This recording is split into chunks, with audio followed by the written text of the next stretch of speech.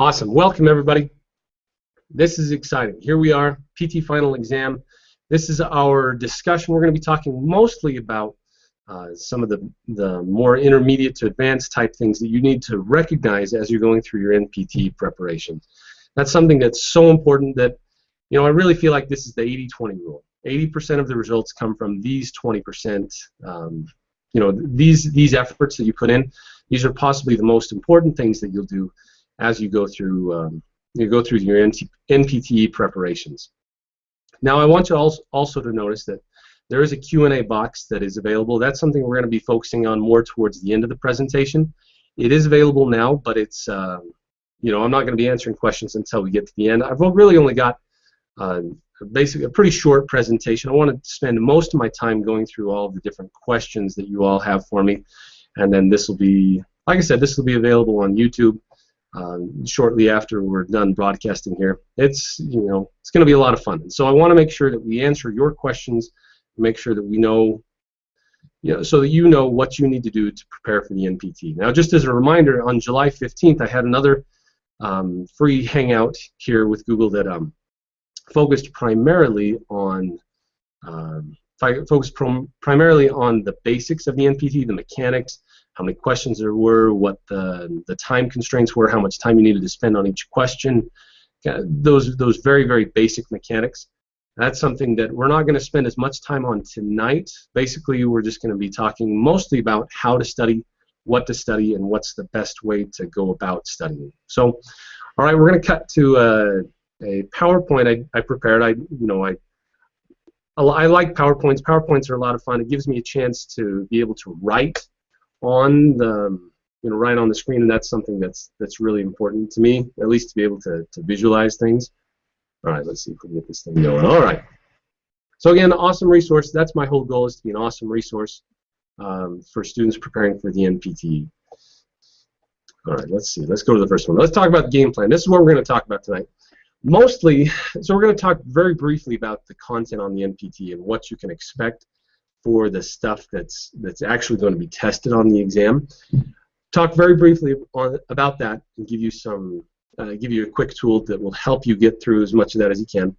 I get asked all the time, what's the best way to study for the NPT? What sort of things do I need to remember as I'm going through?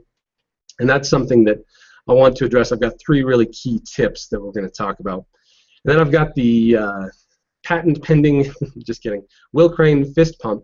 That's something that a lot of people have found useful as they're going through kind of the mindset of what you need to be thinking as you're doing practice exams, as you're on the actual exam. And then I've got a couple of, so I do have some practice questions I want to throw at you, give you 72 seconds to answer the practice questions. We're going to talk about the principles behind those questions, and then we're going to spend a lot of time on the Q&A. I really want to answer all of your questions. Everyone that's got a question, I want to make sure that we come away with it answered. And yeah, it's going to be pretty sharp. And then I do have kind of a fun bonus for everyone who sticks around. I think you really like it, something that's going to really add a lot of value to your studies as we go through. All right, so a little bit about me. So for those of you who weren't there on July 15th, just briefly to tell you who I am and what I do. I'm a physical therapist. I currently practice in Idaho, but I'm licensed in Wyoming and Utah.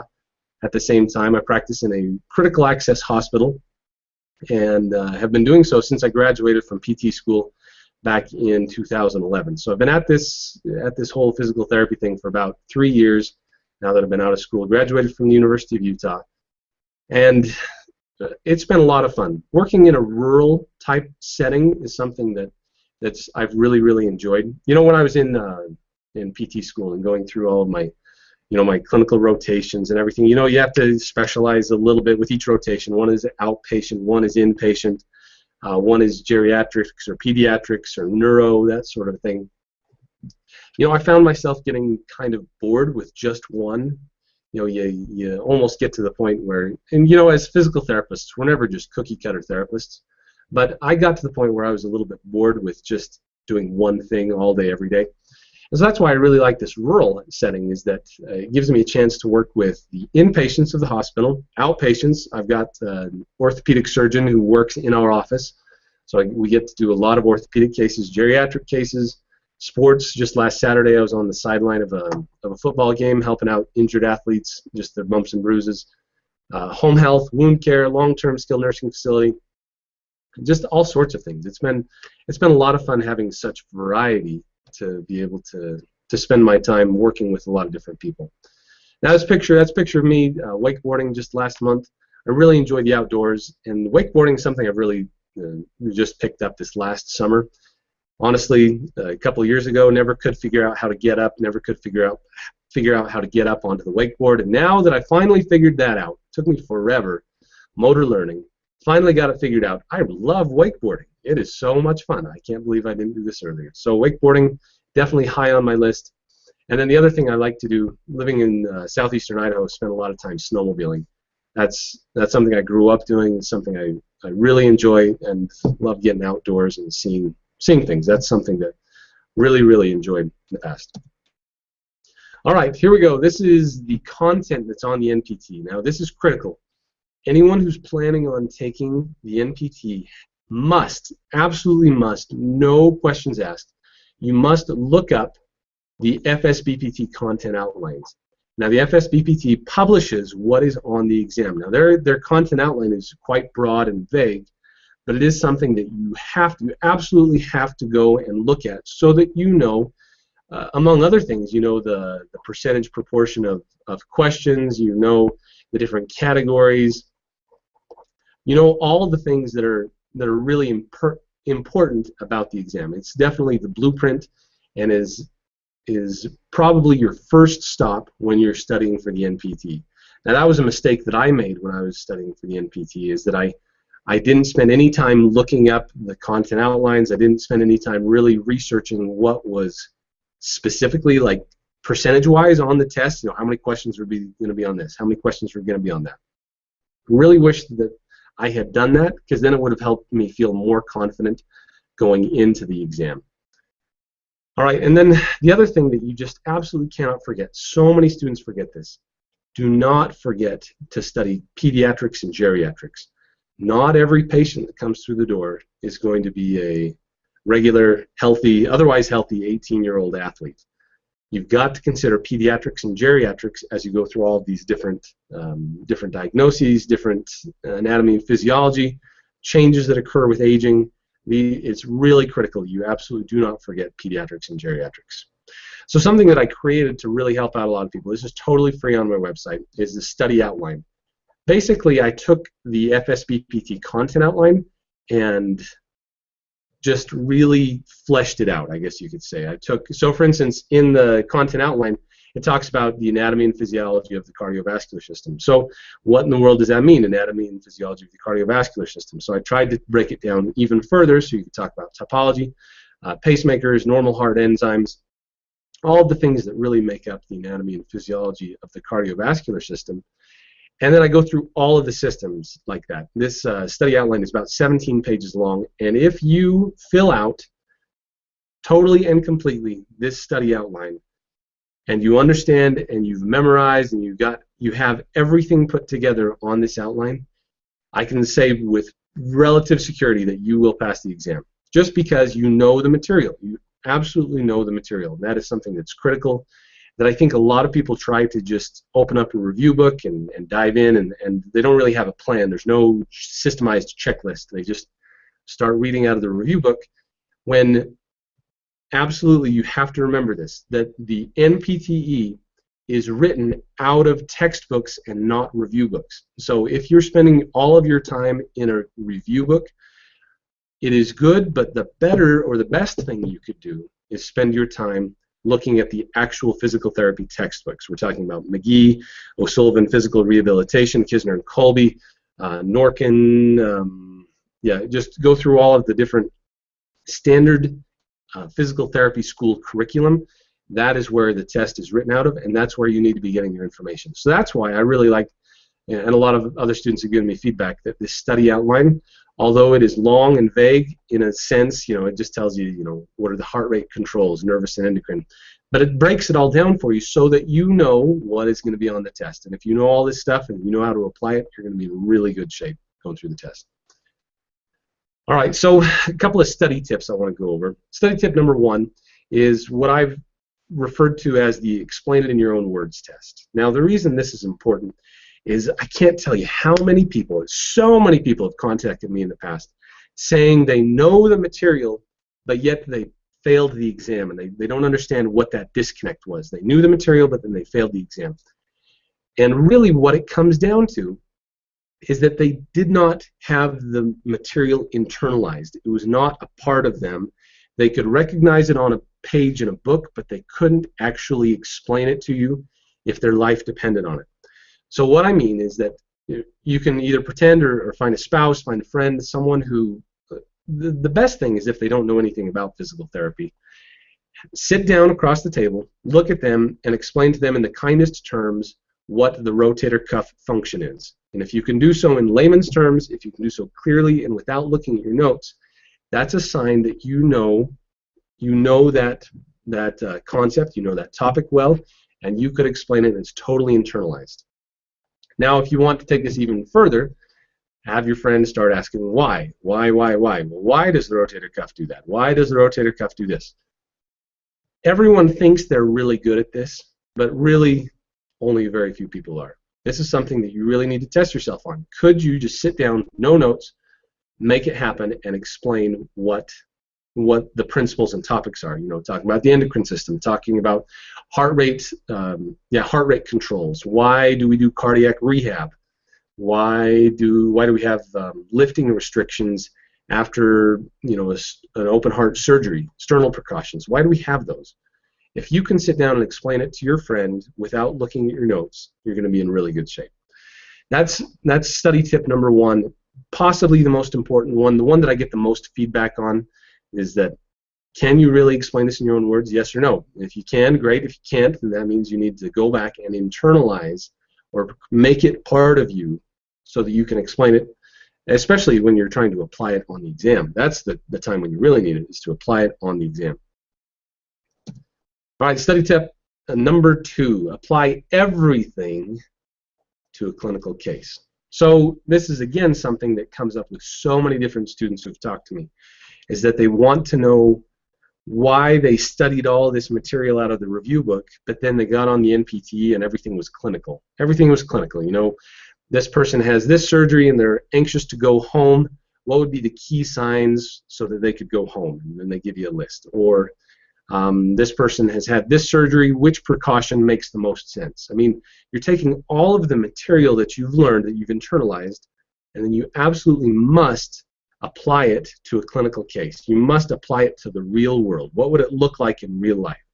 What would their patient history be? And why would it be important to know all of this, to put it all together?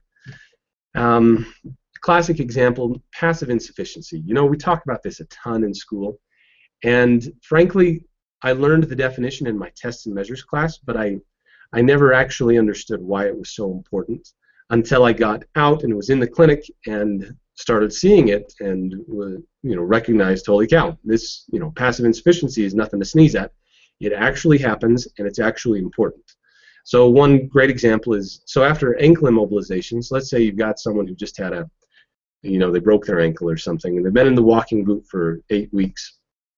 Put themselves together, and you want to get their dorsiflexion range of motion back. And so you have them you try to do passive range of motion, and you notice that there's absolutely no range of motion in that ankle dorsiflexion.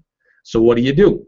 If you bend the knee, you put the gastrocnemius on slack, and you're able to stretch it farther. In essence, you're able to push past the immobility of the gastrocnemius, start stretching the soleus, and get closer to stretching capsular tissue, rather than just stretching that healed cord. So you see what I mean, that all of your cases have to have some type of clinical importance. What would this person actually look like? All right, study tip number 3 is you absolutely must learn practice questions. Now, what I mean by learn is not memorizing them. Memorizing practice questions will get you nowhere. It's not going to do you any good. What you have to do is learn the practice questions. And what I mean by learn is you need to really dissect what those questions are asking. You need to look for the key words. You need to look for why each answer is either right or wrong. You spend a lot of time going over the right answers, but often, way too often, people just glaze over the incorrect answers when really that holds three more possible scenarios or three more principles that would really help you understand that concept. And basically what I'm saying is that, you know, you select the correct answer, great. Could you say why those other three are incorrect? And then could you make the stem of the question match that incorrect answer and make it correct? I hope that makes sense. What I want you to do is to take each and every question and really dissect it out. Take it totally apart and understand the principle behind it completely, because, and this is key, is that practice questions are so often they follow similar patterns and guides. It's not that they'll be the identical question, but it'll be a similar type question. So for instance, it'll be asking a clinical case of a person's trying to go home from the hospital. What kind of what kind of criteria do they need to meet, or what kind of assistive device is going to be best for this particular patient? Basically, if you can take and extrapolate all of the STEM information and you're taking all of the answer options and you're making new stems out of them. In essence, you're taking each question and understanding it 4 different ways. And this is something that, you know, honestly, you need to repeat about 10,000 times, and also never exaggerate. But you need to repeat this a lot, so that you know exactly what kind of questions are going to be on this test, and you can get an A+ just like the picture. All right, the Will Crane fist pump. This is something that, you know, there's a lot of, if you look in the review books, if you look at various different study models, a lot of them give different tips. You know, you need to eat a good meal the night before, make sure you get lots of sleep, go watch a movie the night before or something, just to get you to relax. This is my little trick that I tell people to do. It's really not much of a trick, and, you know, take it or leave it for what you want. The Will Crane fist pump. This is something that is reminiscent of my 2nd grade days, when we'd be taking a little spelling quiz in 2nd grade. And my 2nd grade class was just so funny. There were 20 boys and 6 girls. You know, incredibly disproportionate. All these little boys running around this class. And we would take these little spelling quizzes, and then we'd correct each other's papers. And if you ever got something right, everyone, all the boys especially, all the boys in unison, under their breath, would shake their fist, you know, give a little fist pump and say, yes. And it was, you know, looking back, it was probably the silliest thing that could ever be done, but it was positive affirmations for things that you did correctly or did well. So often we focus on what goes wrong or what could go wrong that we forget that we actually do know something about this, that we've gone to physical therapy school for so long, and that we actually know what's going on most of the time. You know, you might get stumped by a question, you know, move on. Just relax, stay positive. The things that you do know, give yourself a little fist pump and say, I am awesome, and move on. And the reason I tell you to do that is because so many people just get tripped up with the frustration of test day. They're stressed, they're late getting to the testing center, they couldn't find their favorite set of shoes, there was traffic on the way there. Basically, just, you've got to relax. You've got to find ways to focus on what you know and focus on what you do best. Because if you can just rock the things you know and know most of the things, you're going to be in good shape. And if you don't know anything on the test and you can't do any fist pumps, well, you're in trouble. But basically, this is just one of those key techniques to stay positive, to just be relaxed, have lots of fun taking an exam that's not very much fun and you feel a lot of pressure about. I just want you to relax, have lots of fun. All right, so I'm going to give you 72 seconds. I'm going to start here in just a moment. I want you to, as best you can, answer this question. I don't want you to type it in the Q&A box. Just answer it to yourself. I'm going to give you 72 seconds to read through this question, and then we're going to discuss it. So practice question, here we go, 72 seconds and go.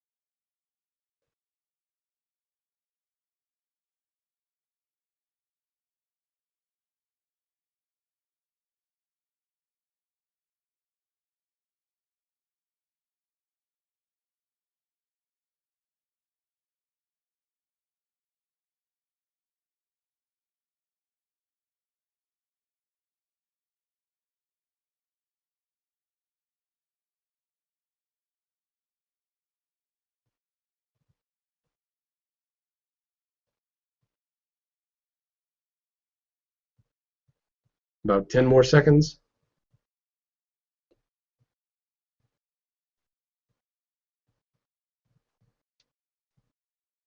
All right, and time.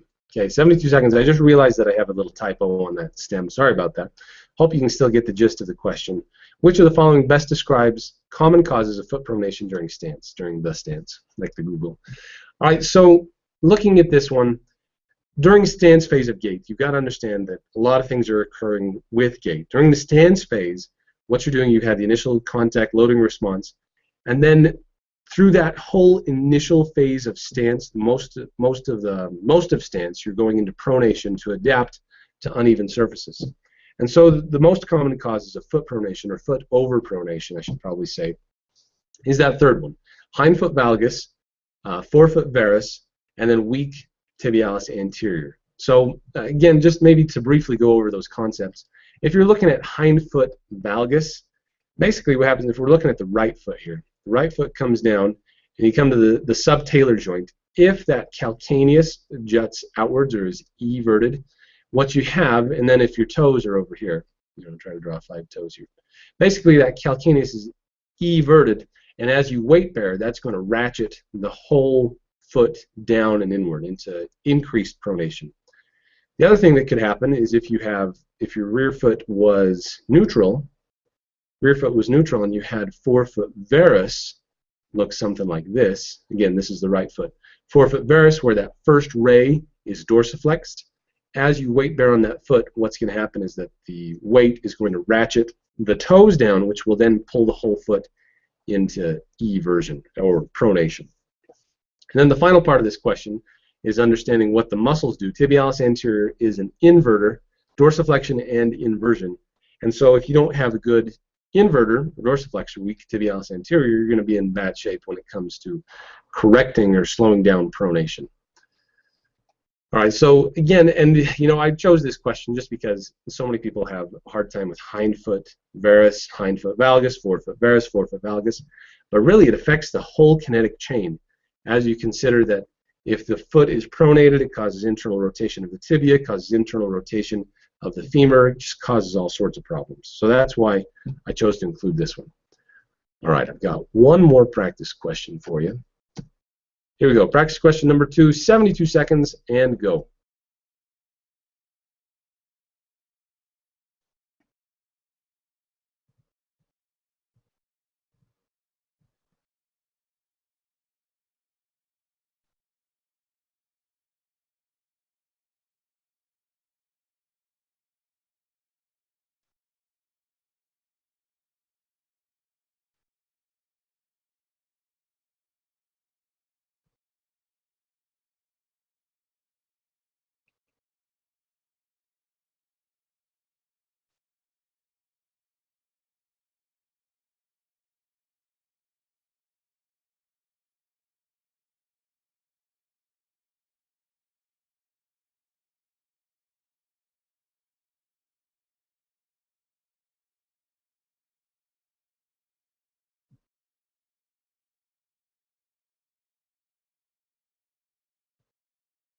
About 10 more seconds.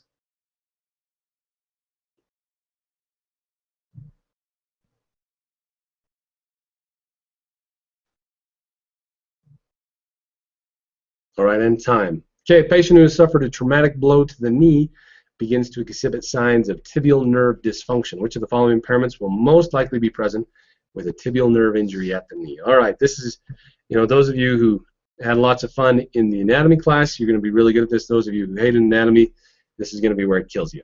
All right, so that tibial nerve, if we're talking about the sciatic nerve, as you go down to, the sciatic nerve comes out of the spine, comes down the buttocks, goes to the knee region, so if this is the knee, and then it continues down to the foot. Basically what happens is at about the level of just above the knee, the common fibular nerve branches off and comes down for the common peroneal nerve. You get the peroneal, deep peroneal, and the superficial peroneal nerves that are part of the dorsiflexion component of the foot. Anyway, if you have got injury to that tibial nerve goes down and innervates the plantar flexures of the foot and goes down to the plantar surface of the foot. And so that's why the key part here is a traumatic blow to the knee. If it's at the level of the knee, then you know you're going to be affecting just the tibial nerve at this point, versus above the knee a little ways, they are together, and so you would likely be affecting both the common fibular nerve and the tibial nerve. So a lot of fun when you're looking at, you know, as you're considering what the clinical case would look like for all of the things you're looking or studying. This is one that really trips up a lot of people, is that if you don't know the anatomy, it makes everything else really, really hard. So if you know the anatomy, you're going to be in really good shape. You'll be able to reason your way through a lot of different things. Anatomy and physiology are key, absolutely key as you go through your studies. All right, just as you know, to talk a little bit about what we're going to do, the questions and answers in just a moment. So you can go ahead and start typing in questions that you've got. And if there's a question that you like or that someone else typed in, then go ahead and +1 or, you know, give a thumbs up or a star to that question. That way I know that more people have that question. All right, so if you need more material, you can go to ptfinalexam.com/resources. I do hold a live class with each, before each NPTE, and so the next one is in October, the end of October, and our class will begin next Saturday on September 13th. You can check that out at ptfinalexam.com/resources.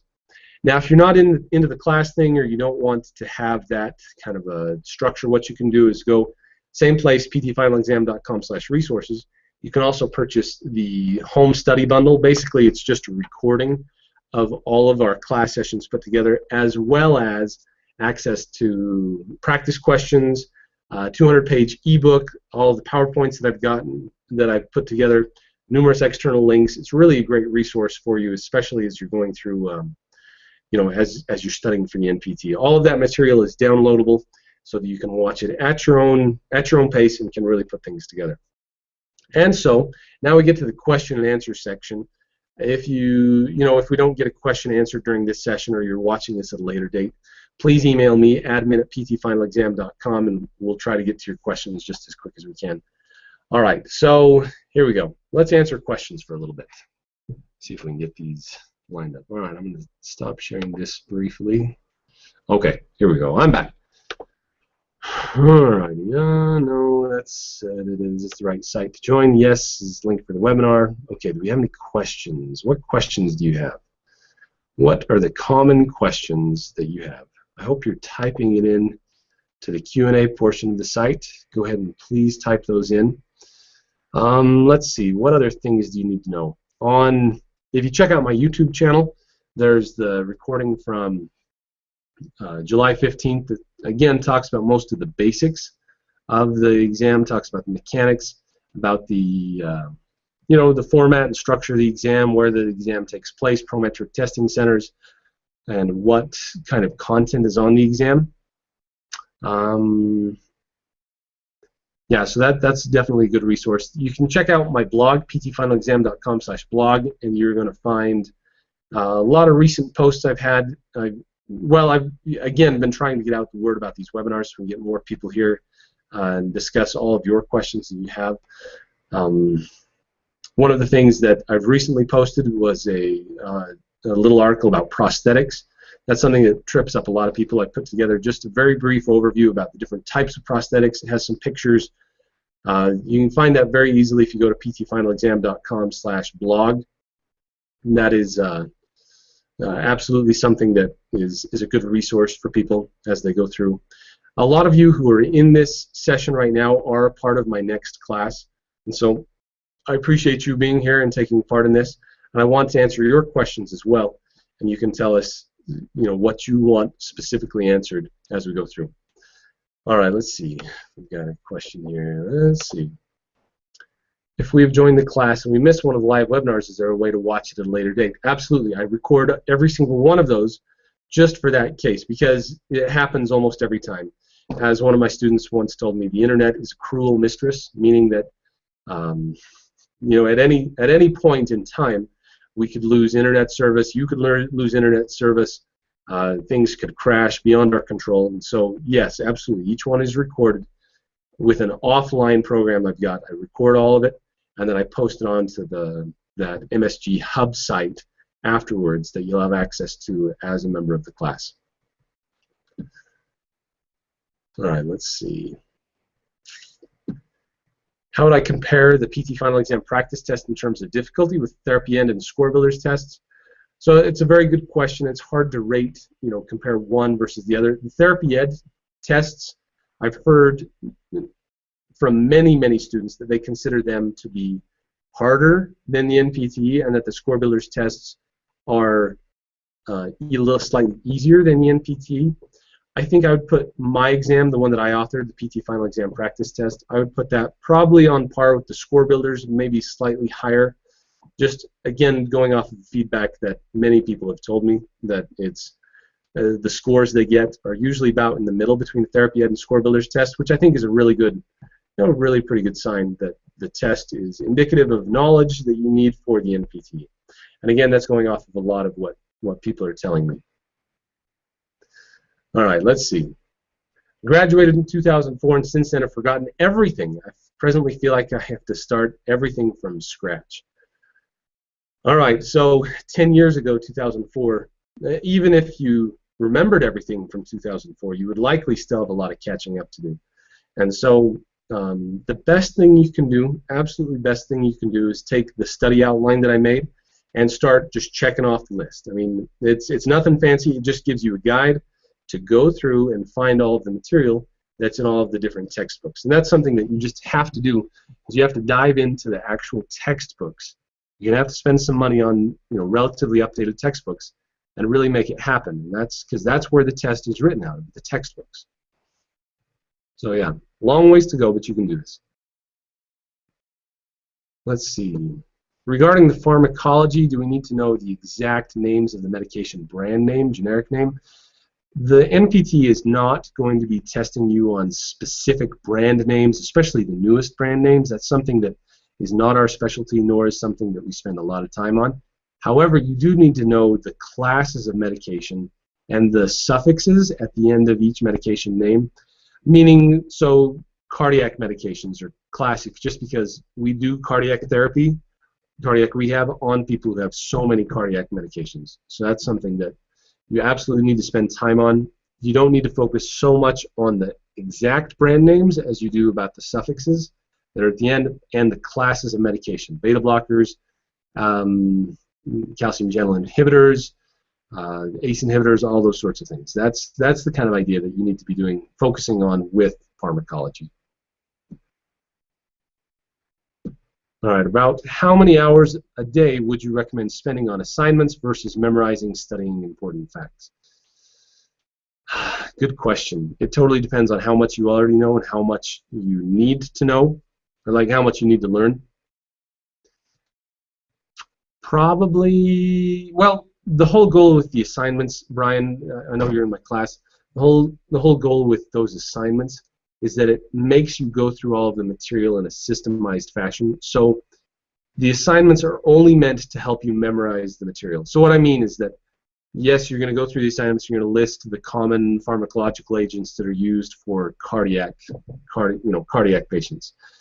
At the same time, I want you making your own specific, I want you making a table in your own words, either on a pen and paper or with Excel or something, just really putting things together so that you have a quick reference and that you're memorizing it as you put it together. So the assignments, for the assignment's sake, it doesn't really matter if you do the assignments. What really matters is if you know the material on the assignments. So I hope that helps you, helps you really understand that the assignments are just a stepping stone and should not be a stumbling block. Spend all of the time on the assignments memorizing, studying the important facts. The assignments are only there to guide you and should never be there to cause you to stumble. All right, I've taken the exam multiple times and will be retaking the exam in October, and I have signed up for your class. Do you think I have a chance in passing as long as I hang in there and do the assignments? Absolutely. There's always a chance. I mean, there's always a chance. It totally depends on your skill level, because the NPTE is designed to test your knowledge. It's really going to make you work. It's going to make you think. It's going to test how much you know about the material that'll be on the exam. So there's no way you can compensate, well, I should say there's no way to compensate for a lack of knowledge. You have to know the material. And so Is there a chance of passing? Yes. I'll tell you my favorite story. I've had hundreds of students come through my doors at PT final exam. Hundreds of students in my classes. And one of my favorite stories is a girl, American trained. She'd gone to a Capti University, done really well. This was up in New York. Just did awesome. And she took the test 10 different times and failed 10 different times. Now talk about getting discouraged. She was discouraged because each time she took the exam, she scored either a 71, 72, 73, or 74. It was just killer, absolutely killer. She'd be so close. She ended up taking the PTA exam and started practicing as a PTA for about 2 years because she just got so fed up by the NPTE. She kept studying and kept failing, kept studying and kept failing. So she worked with me. She did come to my class, and she'd taken every other class out there. And this is something that I feel like is really my strength. I spend time getting to know you. It really is what you put into it is what you get for sure, because you've got to spend the time with me and you have to ask me the questions. But we really spent a lot of time talking. Got her through the assignments, helped her recognize the gaps in her knowledge, and she passed with flying colors on her 11th attempt after I helped her. So Devin, what I'm saying, I know you're in my class, is that absolutely there's a chance. Even if you've taken it 10 times, you can still pass this test. It is a passable test, something that you absolutely can do. So I think you should hang in there and do it. I mean, as long as you like physical therapy, that's the key. If you hate physical therapy, then you should probably jump out now. But most people got into this because they really liked helping people. They really felt a deep satisfaction from doing therapy on folks. And so if you got that, then no obstacle should stop you ever. It's just a speed bump on your way. All right, let's see. Christopher Hux. Hello. I'm going for my second attempt in the NPTE. How many total practice exams would you recommend taking during these next 2 months? Currently, I have 2 peak practice exams available and the one you offer. Okay. So my study system, I recommend at least 4, and 2 of those being the PEAT. Now the reason I want a variety of things is that in the PEAT you actually have a retired NPTE. Now those questions are just like what's going to be on the actual NPTE. And then I like that people take exams from other sources, not just from me, but from the score builders, from the therapy ed folks. Really, those are the 4 big areas, or 4 big sources you can have for the practice exams. The PEAT, therapy ed, score builders, and my exam. Those are really the biggest and best ones. I know that there's a couple on Amazon that are okay, but are not quite up to par with those. And so I recommend having at least 4. That would be my recommendation. All right. When should I start doing practice tests if I'm planning for the October NPTE? All right, so here we are, the 1st of September. You've got about essentially all of September and all of October, so practically 8 weeks until the exam. And I would recommend taking a test at least every week or every other week so that you can really get the hang of it. Now, when you're taking those exams, I want you to take them as if you're taking the real exam.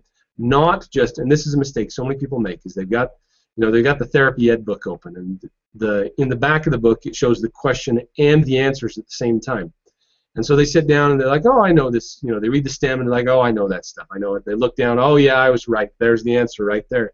They really are not testing themselves, and that's something that is a huge mistake that people make, is that, again, you overestimate your knowledge of the material and don't really test yourself. And that's something I want you to all spend time on, is actually testing yourself. Let's see. Hello, I live in Canada. Does your material assignments, will they help me in the Canadian Physio Competency exam? That's one of the, keeping in mind there can be different course outline exam structure. What do you suggest? That's one of my projects for next year. I'm going to be working on the Canadian exam, working on material, because so much of it is alike. In fact, most of the time people just study out of the American NPTE textbooks because the material is slightly more comprehensive, you could say. But so the exam format is different. I know in the Canadian exam there's a practical portion that you have to do, and then there's the written portion. Again, not super familiar with all the specific details, but the principles of therapy are absolutely the same, because in Canada they use the same therapy textbooks, they use the same, it's the same stuff. So absolutely, yes. it would be a definite resource. And that's one of my projects for next year, like I said, is to get more information specific to the Canadian exam. Let's see, I came across resources and other study groups that say there are certain main topics that are asked in the NPTE most of the time. Do you think we should concentrate on certain important topics and not waste time going through all of the material? To an extent, yes. If you look at the Fsb Pt Content Outline, it lists out very clearly what portions of the exam are the most important. So the big three: musculoskeletal, cardiovascular, and totally blanking. Neuromuscular. Those three have more than half of the exam. So you honestly need to spend most of your time, more than half of your time, studying those big three: cardiovascular, musculoskeletal, neuromuscular. So when you say wasting time on the other material, you need to recognize that yes, about 30% of the test is that other material. And so you really can't, you can't pass without looking through that other material at least a little bit. So you proportionally spend your time going through all of that.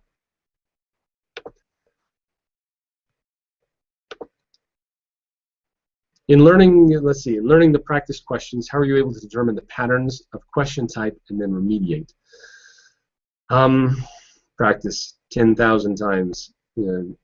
So some questions are more case scenarios, some questions are deductive, or some questions are inductive. I mean, the Therapy Ed text, the Therapy Ed review book has got a lot of great information on specific information that's contained in the question, but really, this is one of those things where practice makes proficient. So you can thoroughly read the questions, you know what's on the questions, you know what they're asking, and you know what the responses are going to be like. So, best answer for that one is just practice, practice, practice. Let's see, I've appeared for the exam thrice now, and I'm again appearing for it in October. Throughout the 3 attempts, I always found gait deviations, orthotics, and prosthetics very tough. What would be your suggestion is in which books I should focus on for gait? So, excuse me, O'Sullivan, Physical Rehabilitation, has an awesome section about prosthetics and orthotics, just a very thick section about prosthetics and orthotics. McGee, that's the one, kind of my go-to guide, the blue McGee book. What is it? Orthopedic Physical Examination. That has a lot of great information about gait and what possible abnormalities come up with gait. Really, if you understand what in the world's going on with the prosthetic, you're going to be in really pretty good shape going forward. So I would recommend O'Sullivan's Physical Rehabilitation and McGee's Orthopedic Physical Examination.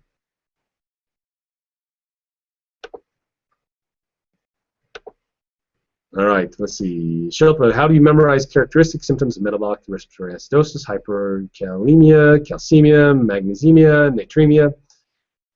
Best thing is to make a table. You just have to make a table, go through all of the material, write it down, and memorize. I'm a huge fan of tables and bullet points, just because it makes you summarize the information into your own words. And so if you create just a table with metabolic acidosis on, if you got the column on the side, metabolic acidosis, respiratory acidosis, respiratory alkalosis, all down the list, and then list the distinguishing characteristics of each, and then memorize them and have your friend who you're telling these principles to quiz you about that. For me, that's the best way. Other people can just look at it on a page and just know it, a little photographic memory, but for the most part, that's what I think is the best. Let's see. So this is a similar question. Sakshi, you say, I have trouble on some of the signs and symptoms on some of the diseases and conditions. What do you recommend I do? Same idea. You just have to organize. You must organize the material so that you understand it. And my favorite way is to make a table. Absolutely, make a table. Let's see. Is that the same assignments which are mentioned on your study outline? No, the study outline is a checklist. It's contained at the back of my syllabus. If you all want my syllabus for free, and you can just go through the assignments on your own, totally free, just go to ptfinalexam.com/resources and click through the mastermind study groups, and you can download the syllabus for free. And that's nothing fancy. It just takes you through all of the material in a systemized and organized way. And then you'll notice at the back of the syllabus is that study outline that you use as a checklist to make sure you know everything. let's see. The ECG changes occurring in metabolic and drug influences, hypokalemia, hypomagnesemia, are very difficult. Make a table. And really, they're not going to ask you a ton of questions about that sort of stuff. They want to know the big three: musculoskeletal, neuromuscular, and cardiopulmonary. And it's going to be mostly physical therapy related. And so the ECG changes would be related to their response to exercise. So is their exercise, as they exercise, is their heart rate going to be blunted? Is it going to be excessive? How would that affect physical therapy? That's really the bottom line with those ones. So make a table, you got it. When will registration be open for the January exam? All you have to do is go to fsbpt.org and you will find all of the dates that are for the January exam coming up in January 2015.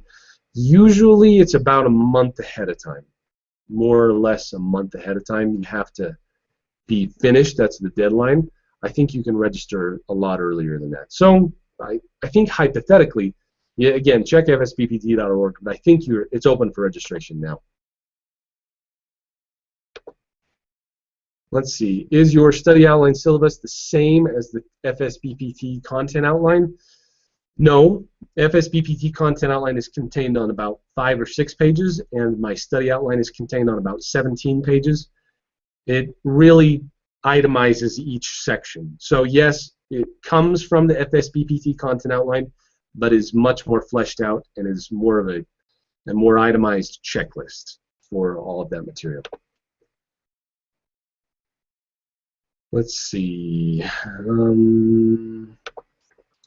What topics should I focus on from Kisner and Kolbe?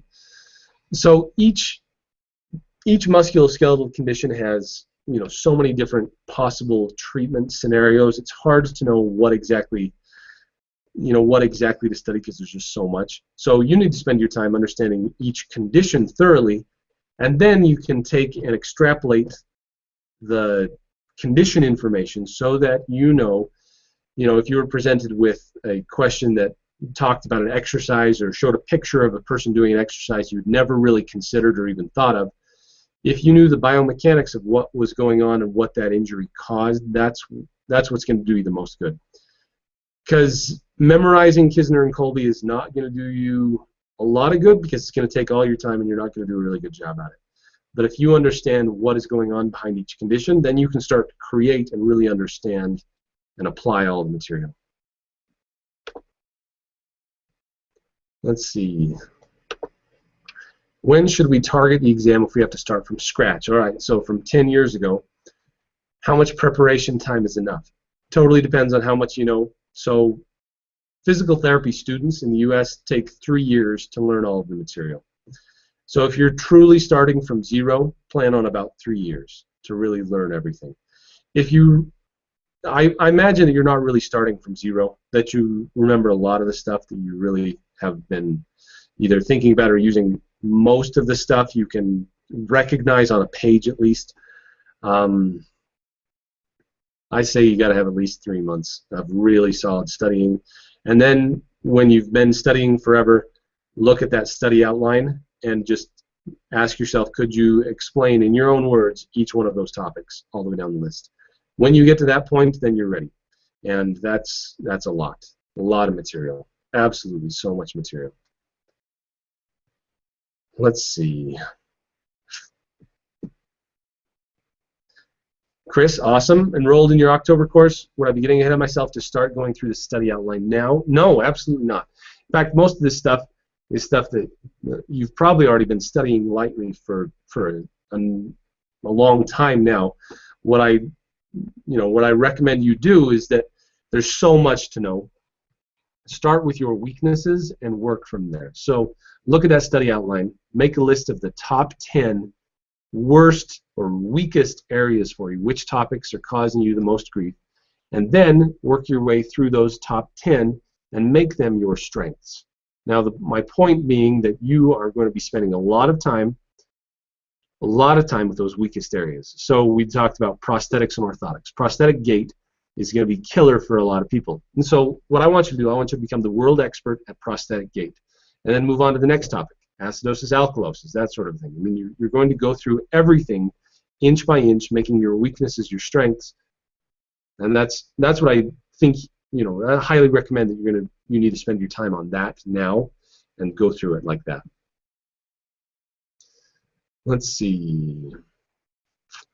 Here we go, Devin. All right, so this is a really good question. When the class assignments are completed, do we review the assignment as a class or just submit it to you? All right, so the hard part I get with all these assignments is that many people have their own flavor of doing things, whether that's writing it on paper, you know, pen and paper on a yellow pad and go through it that way, or they like to organize it with Excel spreadsheets, and you know, they really go to town with or Word. They put everything together into, you know, beautiful format.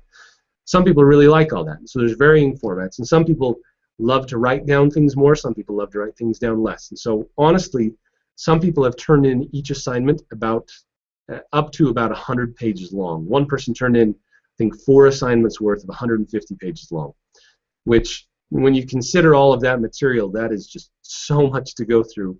Even in a 10-hour session, you can never go through it all. And so what I want you to do, I want you to focus on the assignments are for your benefit.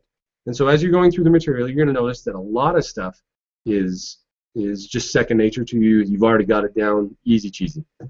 But there will be some things that are not as strong for you, and that's what I want to discuss in our sessions together. I want to discuss your weaknesses. I want to discuss what is hard for you, and then we're going to put that in application with practice questions and really make things happen. That's the idea with the assignments and the classes, is that there's just no way I can give you feedback about 200 pages worth of assignment, each person turning in about 100, 150 pages worth. No way I can give detailed feedback about everything, because everything is so unique to you, but I do want to talk about your weaknesses, and that's what you're going to notice as you do the assignments. Your weaknesses will become very apparent. Let's see. So actually, we're going to talk about this in the class. Having trouble with hindfoot varus valgus, forefoot varus valgus. Google has a couple of really good pictures. If you just search for hindfoot varus valgus, I think you'll be able to find something that really helps, and then we can discuss that more in our class. That'd be awesome. Let's see. Sabine, yes, Sabine, you had the home study bundle just recently, and it's really detailed and organized, and that's something that I really hope helps a lot of people. All the material is studied well. Let's see. If I know all the material and study it well, is it enough? And use the other books for further reading just to get it.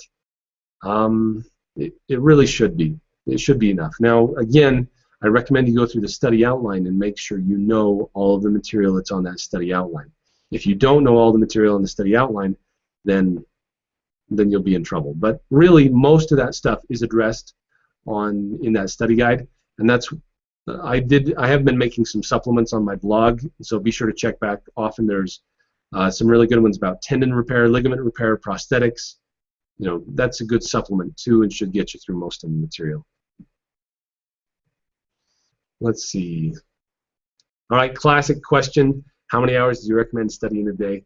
Totally depends on how much you know. If you know a lot of stuff, study for 2 hours a day. If you don't know anything and you're starting from scratch and you're taking the exam in October, you should probably be talking more like 10 hours a day. So analyze your weaknesses, decide how many weaknesses you have. If it's everything, you're gonna need to spend a lot more time. Let's see. How should we go about studying with a study partner? So great way to do this is just, so you have the assignments, you both need to fill out the assignments. You both need to know the material, because this is not a group test. You absolutely cannot share or cheat or do anything funny. You must know the material yourself. And so I recommend that you fill out the assignments and then meet together periodically, whether it's, do the first portion of the assignment and then meet back together and talk about it, and talk about what's weak and what's not, and then go through all the assignments that way. Really just bounce ideas off you. Hearing the material in a different voice really helps, and I think that's, again, one of the strengths of my class is that you get to hear the material in a different way, different voice, have it organized for you. That's something that's very, very important. All right, let's see. How do we identify the stem of a question? The stem is the question portion, and then the branches or the answers selection, or the last, or the 4 options. So the stem is just the question. Let's see. Do you recommend doing practice questions on a daily basis? How do you suggest effectively planning our study time if we plan to start preparing 3 months before the exam? Also, how early would it be useful to join the mastermind study group? All right, a couple of questions here. Do you recommend doing practice questions on a daily basis? No. I think you should go through a practice question or practice test each week. List down all the questions you get wrong. You know, you'll have probably a sizable list of questions that were either hard or ones that you got wrong, and then use those to study your weaknesses. Okay, so you have trouble with cardiac medications. Spend the time as you research that question, go through all the cardiac medications. So a question a day can be kind of fun, but is not absolutely required. I guess it depends on your flavor, what you'd like to do. Let's see. How do you suggest effectively planning our study time if we plan to start preparing 3 months before the exam? Best thing to do is just look at the study outline that I've got and list down your top 10 weaknesses. In fact, you could probably prioritize the whole thing from weakest to strongest and work each week on the weakest stuff. So each week work on something that's weak and work your way through it. And then honestly, you've got to divide it personally into the time that you have and do what you need to do. Let's see. Do you recommend going back to various books to read the same topic? Absolutely, you must. You absolutely must go back to the regular textbooks. If you just read review books, you will not do as well. And the reason is that the test is written out of the standard therapy books and not out of the review books. Review books are written out of the standard therapy books, and you should be spending your time in those standard books. Kisner, Colby, McGee, Norkin, O'Sullivan, all those. Let's see.